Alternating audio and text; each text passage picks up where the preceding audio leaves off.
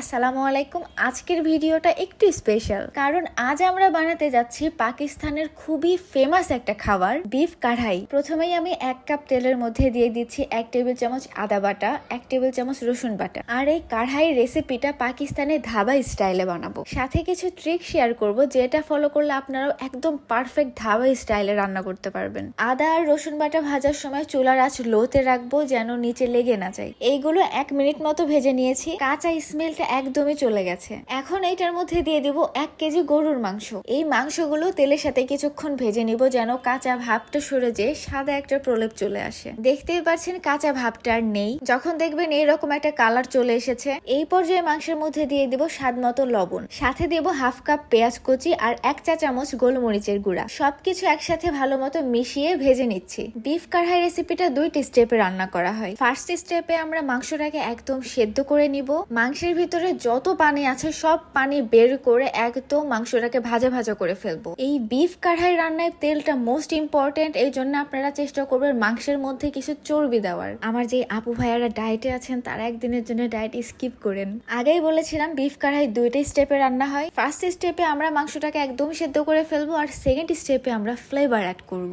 দেখতেই পাচ্ছেন পেঁয়াজ আর গোলমরিচ দেওয়ার পরে অনেকটা পানি বের হয়েছে, আর মাংসের মধ্যে গোলমরিচের একটা ফ্লেভারও চলে এসেছে। এই পর্যায়ে মাংসটা সেদ্ধ হওয়ার জন্য ঢাকনা দিয়ে ঢেকে দিব। এইভাবে মিডিয়াম আঁচে 40 মিনিট মতো রান্না করে নিব। আর আপনারা যদি প্রেসার কুকারে রান্না করতে চান, মাংসের মধ্যে 1/2 কাপ গরম পানি দিয়ে 7টা সিটি উঠায় নিবেন। আমি যেহেতু প্যানে রান্না করছি, এই 40 মিনিটের মধ্যে কয়েকবার ঢাকনা উঠিয়ে নাড়াচাড়া করে নিয়েছি। এই সময় আমি চুলার আঁচটা একদমই মিডিয়ামে রেখেছি। এর মধ্যে পানিটা যখন একটু শুকিয়ে এসেছে, তখন আমি 1/2 কাপ পরিমাণ ফুটন্ত গরম পানি মাংসের মধ্যে দিয়ে দিয়েছি। এনিহাও মাংসটা একদমই সেদ্ধ করে ফেলতে হবে। তাই আপনাদের যদি মনে হয় 1/2 কাপ পানিতে একদমই সেদ্ধ হচ্ছে না, তাহলে পানির পরিমাণটা আপনারা বাড়িয়ে দিতে পারেন। এখানে অবশ্যই গরম পানি দিতে হবে, ঠান্ডা পানি দিলে কিন্তু মাংসটা শক্ত হয়ে আসবে। 40 মিনিট হয়ে গেছে, ফাইনালি ঢাকনাটা উঠিয়ে ফেলছি। দেখতেই পাচ্ছেন মাংসটা একদম সেদ্ধ হয়ে ভাজা ভাজা হয়ে গেছে, আর তেলগুলো সব উপরে উঠে এসেছে। এইখানে কিন্তু ভেতরে একটু পানি রেখে দিয়েছি, সম্পূর্ণ পানি শুকিয়ে ফেলা যাবে না। এখন দিয়ে দিচ্ছি টমেটো। এইখানে আমি 4 পিস টমেটো 2 ফালি করে কেটে নিয়েছি। টমেটো দেওয়ার পর 5 মিনিটের জন্য ঢাকনা দিয়ে ঢেকে দিব।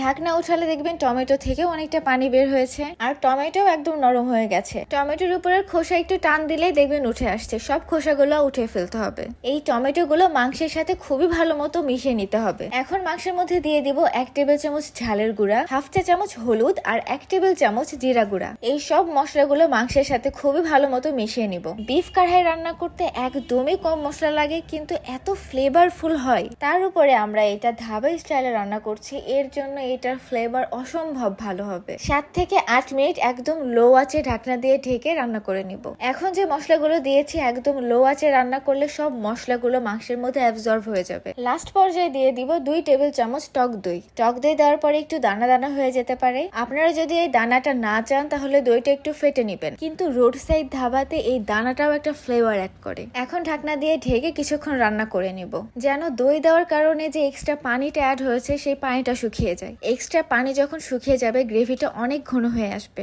আর উপরে তেলগুলো সব ভেসে উঠবে। এই পর্যায়ে আরো কিছুক্ষণ নাড়াচাড়া করে ভেজে নিচ্ছি। কিছুক্ষণ নাড়াচাড়া করে ভেজে নিলে রেডি আমাদের পাকিস্তানের ফেমাস বিফ কাঢ়াই মশলা। দেখতেই পাচ্ছেন কত সুন্দর কালারফুল আর ফ্লেভারফুল হয়েছে। সবার শেষে মোস্ট ইম্পর্টেন্ট, এই বিফ কাঢ়াইয়ের উপরে দিয়ে দিব কাঁচামরিচ কাটা, আর কিছু আদা চিকন চিকন করে কেটে উপরে দিয়ে দিতে হবে। আপনারা চাইলে এটার উপরে ধনিয়া পাতাও দিতে পারেন, কিন্তু আমার বাসায় অনেকেই খায় না, তাই এটা আমি স্কিপ করেছি। কাঁচামরিচ আর আদা দেওয়ার কারণে দেখতে যেমন সুন্দর হয়, আর এই রেসিপিটাতেও এক্সট্রা একটা ফ্লেভার অ্যাড হয়। একইভাবে গরুর মাংস রান্না করে তো অনেক খেয়েছেন। এখন থেকে নতুন নতুন রেসিপি বানাবেন আর সবাইকে সারপ্রাইজ দিবেন। এইরকম আরো রেসিপি পাওয়ার জন্য অবশ্যই আমার সাথে থাকবেন। এতক্ষণ সঙ্গে থাকার জন্য অনেক ধন্যবাদ।